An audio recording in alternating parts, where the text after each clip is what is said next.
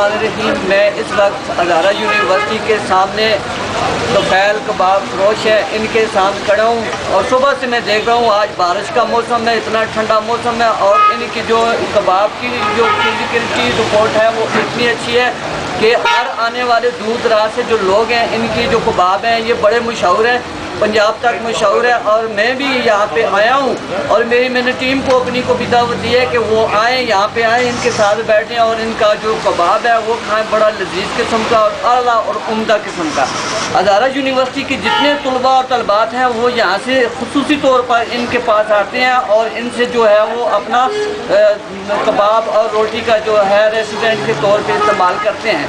मगर बहुत अच्छी बात है, ये लोकल लोग हैं और मकामी हजरात हैं और इनकी जो कैपेसिटी है यहाँ पे अपने अवामी और समाजी हक़ों के लिए बहुत मकबूल हैं।